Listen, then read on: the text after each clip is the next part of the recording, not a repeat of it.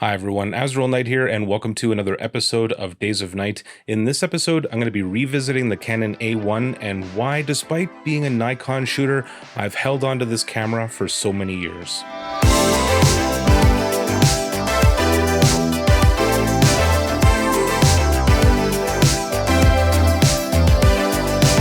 So for those of you who don't know, the Canon A-1 is a 35mm SLR that was released in the late 1970s, and in my opinion, it is one of the best FD mount Canon SLRs out there.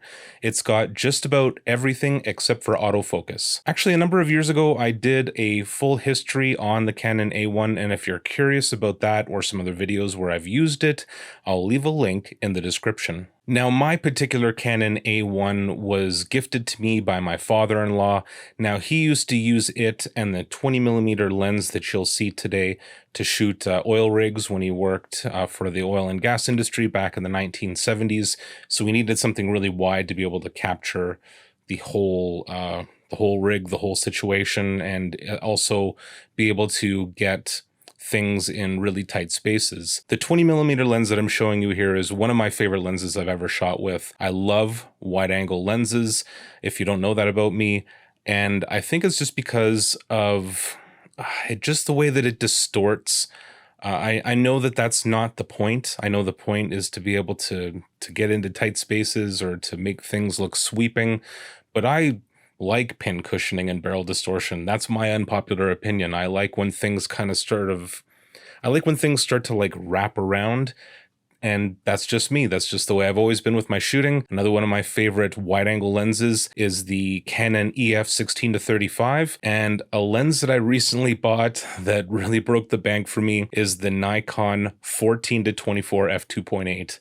A beast of a lens for sure. So yeah, obviously 20mm is totally in my wheelhouse, and this Canon camera that I've had, it's never really worked right. I have wondered what is wrong with it because it was used, with respect. It wasn't damaged, it wasn't broken.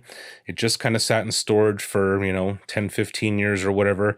But I eventually decided to get it serviced where I get all of my cameras serviced, and that's at Paramount Camera Repair in Saskatoon. And I'm just telling you that not because I'm a sponsor. I'm definitely not a sponsor.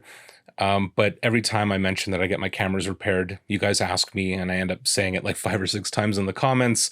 So this time, I'm just letting you know. I'll put a link to Paramount Camera Repair in the description as well. So a project that I've been working on now for, I want to say, between 1 and 2 years has been a grain elevator project. I came across a Google Maps with pins of where every grain elevator that remains in Alberta still stands. For the most part anyway, I've found that a couple of them have been demolished since this map was made, and I've dedicated myself to documenting as many as possible. And I don't know how many I've done so far, but I've been, I would say that I've probably done about 20 so far, and I've probably got about 60 to 80 to go. And I'm continuing on that path today on grain elevators. You guys have expressed in previous videos that you love when I go and shoot grain elevators, and I also love shooting the surrounding town and incorporating it into my photos. So that's where I went in this field test to test out how the camera repair went. I went to a little town called Staveley, Alberta, about an hour south of where I'm at, and let's take a look at those photos.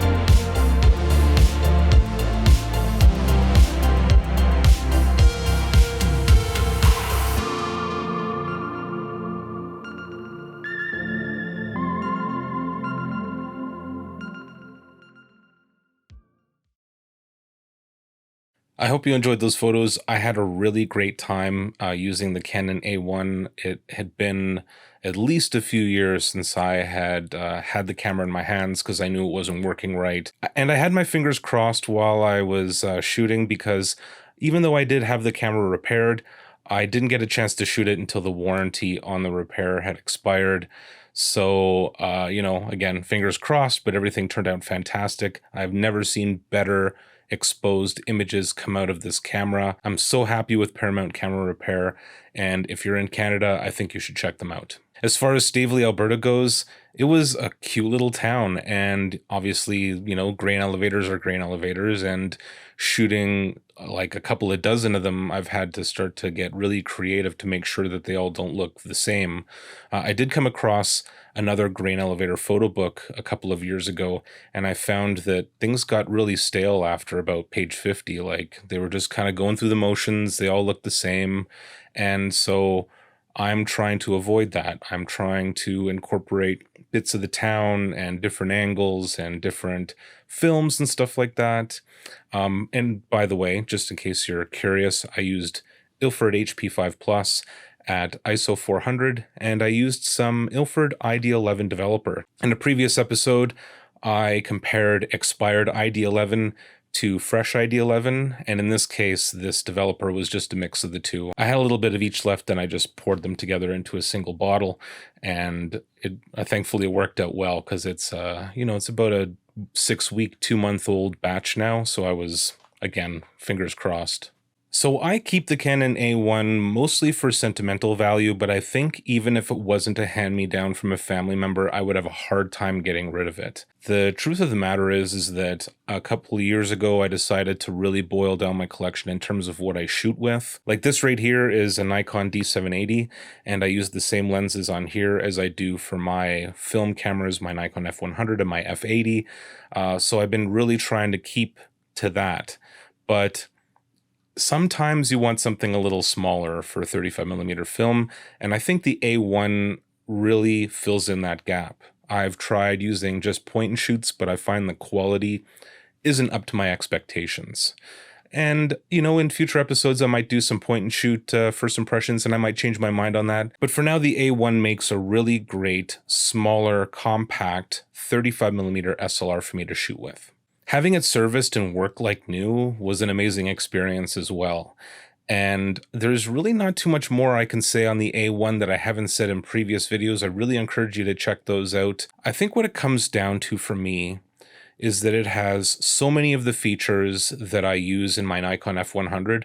The only thing that I'm really missing out on is autofocus. And it had been a while since I used manual focus, so that was definitely a bit of a curve there, trying to make sure that I get my focus just right, but I think I nailed it. There's a couple of shots where I feel like they're really tack sharp, so that muscle memory really came into play. And the only thing that I would say I don't like about the Canon A1 at this point is everything's really cluttered into a small space. Like, if you got fat fingers like me, you have a hard time getting to some of the knobs or switching some of the dials or whatever, because everything's just super cramped, and that's one learning curve that you might have trouble with.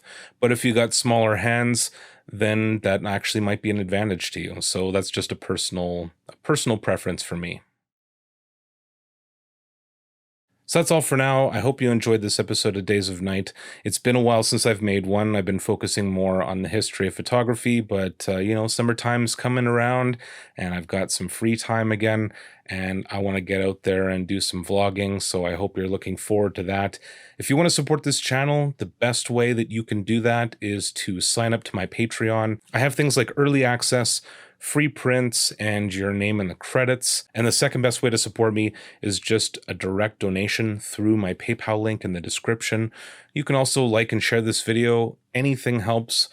Just thought I'd throw that out there. You can't follow me on Twitter anymore because that is kind of a dumpster fire now, unfortunately. I hope that they sort of get their act together there, but I'm posting again on Instagram, and maybe you could follow me on there. It's at Azriel Knight. And until next time, stay classic.